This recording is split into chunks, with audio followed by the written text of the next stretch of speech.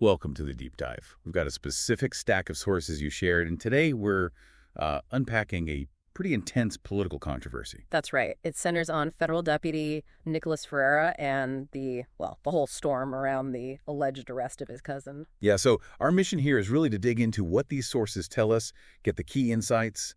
We'll look at the accusations, the counterarguments in the material, and just try to understand the different narratives playing out. And what's striking is how the sources really throw you right into the middle of it all, the social media blitz, the video arguments, the defenses.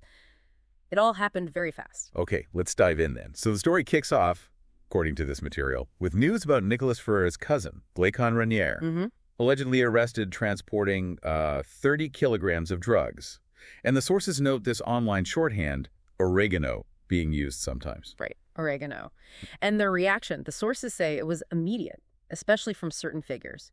Yeah, very pointed. Like Guga Noblat's tweet is mentioned asking why Nicholas was silent, sort of implying he knew and telling people, spread this. Then there's Guilherme Boulos. He posted something trying to draw a contrast, didn't he? He did. The source describes him bringing up that unrelated January accusation against Nicholas, something about alleged fake news regarding the INSS and federal revenue. Brazil's social security and tax bodies, yeah. Right. And Boulos puts that next to the cousin's alleged drug arrest in May. But the source argues, believes Nicholas didn't actually commit fake news back then, so the comparison, in its view, kind of falls apart. It weakens the attack, according to the source. Interesting point from the source's perspective. And Erika Hilton, she added another layer. She did. The sources highlight her pointing out the cousin is the son of Nicholas's uncle, Aeneas Fernandez, who's described as a former local official and pre-candidate for mayor in Nova Serrana. Okay. And then she connects that to Nicholas directing $1.5 million in parliamentary amendments. Those funds politicians can allocate to that specific city. So the source presents her intervention as trying to link the political funding, the family ties, the location, all to this arrest. Exactly. It paints a picture of the initial strategy. Relative in trouble. Let's tie it to the politician, fast. Which brings us to how the main commentator in our source material sees all this. Right. Their perspective is quite critical of the reaction. How so? What's their take? They frame it as basically a desperate and hypocritical move to damage Nicolas Ferreira. Okay, and one of the core arguments the source emphasizes from this commentator is? It's the lack of direct evidence. The critique is that these arguments linking Nicholas rely almost entirely on guilt by association, not on anything concrete tying him to what his cousin allegedly did. And the commentator feels this approach lacks credibility. Yes, they argue that certain figures on the left have, in their view, lost some credibility from past incidents, like that INSS Reseda federal case again, which the source sees as alleged fake news spreading. So this new attack, for the commentator, lands differently. The source gives an example of this kind of association, right? The Escobar tweet. Yeah, it mentions a specific tweet comparing Pablo Escobar and the cousin, saying both traffickers.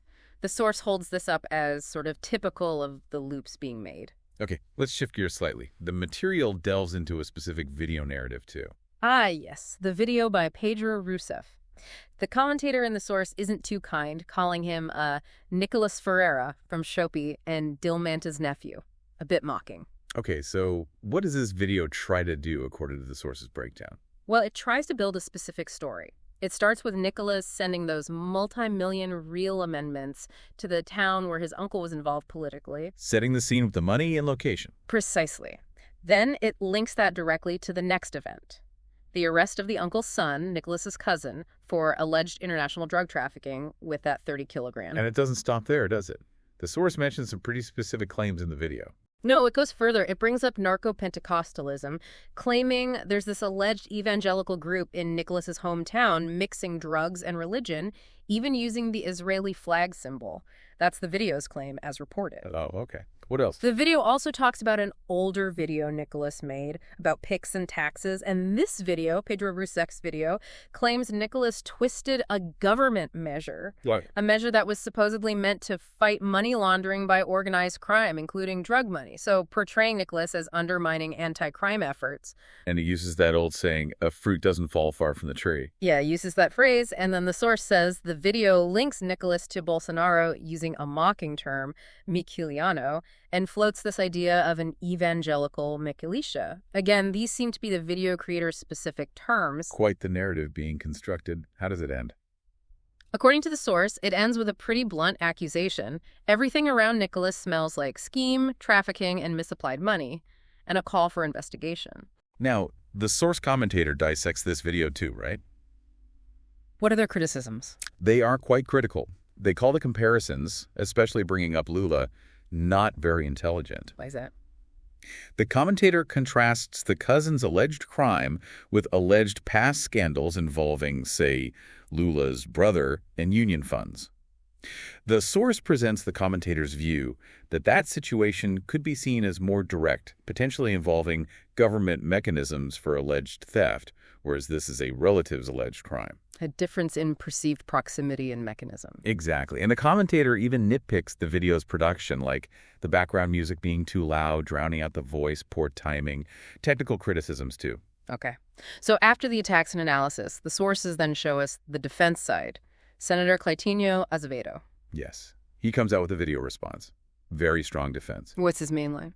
Basically, Nikolas has nothing to do with this. Flat out. He argues you can't police someone else's conscience. Only God can do that. And he doesn't hold back on the accusers based on the source material. Not at all. Calls them a bunch of scoundrels, envious cretins, failures. Very strong language. He also pushes back on the idea that the media was silent. Yeah, he claims the media did report the arrest. The source points this out as contradicting Pedro Rousseff's video, which apparently suggested silence. And a big part of Cleitinho's argument seems to be about Nikolas's popularity and potential. Absolutely. He frames the attacks as driven by desperation because Nikolas is so popular. He makes these claims, reported in the source, like Nikolas would be leading research for president if he was old enough, could win for governor in Minas Gerais, and was the most voted federal deputy ever. Big claims. Does the source commentator buy Cleitinho's reasoning there? Not entirely. The commentator specifically criticizes the logic connecting age and polling potential, calling it nonsensical, and suggesting Cleitinho is limited in his reasoning on that point. What else does Cleitinho say in his defense video, according to the source? He suggests the accusers are just using Nikolas for clicks, for engagement, even copying his video style. And he makes this sarcastic jab about them supporting discrimination of oregano because they might support marijuana decriminalization. Interesting rhetorical turn there. And he finishes by urging people on the right to make videos defending Nikolas. But the source commentator has a thought on that, too. Yeah, a counterpoint. The commentator suggests, look, if Nikolas actually did nothing wrong, you don't need to defend him so much as just expose the facts. Let the facts speak for themselves. Okay, so let's pull this all together. Why does the source material ultimately suggest this whole narrative trying to link Nikolas to his cousin's alleged crime probably won't stick? It boils down to a few key things we've touched on. The perceived lack of direct evidence connecting Nikolas himself. The heavy reliance on guilt by association, which the commentator thinks the public is savvy about. And that rotter fruit analogy the source uses. Exactly. The idea that, everyone might have a problematic relative somewhere. Public figures aren't immune. And the public generally understands, the source argues, that you can't hold someone responsible for their adult cousin's alleged actions unless there's proof they were involved, helped, or benefited somehow. And the source draws a clear line between that scenario and situations involving, say, government officials or their immediate family potentially using their position for wrongdoing. Right. It keeps coming back to that contrast, using the Lula's brother example again, as something perceived differently, potential misuse of power versus a relative's separate alleged crime. So the source's final assessment is basically, this is a weak political attack. Pretty much. That it's a tactic based on association that likely won't gain broad traction because people see the difference between a family connection and potential direct involvement or abuse of power. Well, that brings us to the end of this deep dive into the source material. We've walked through the initial accusations, the counter-arguments, the specific video narratives, and the defenses presented. Yeah, it really highlights how crucial it is when looking at these political flare-ups to examine the actual evidence or the lack of it and the different ways narratives get framed and pushed. Definitely. So as you think about all this, here's a question maybe to mull over. How do we, as people trying to understand these things, draw the line? When does concern about association become a legitimate question versus when does it feel more like a political attack just using association? And what responsibility, if any, do public figures ultimately have for what their adult relatives allegedly do? Something to think about.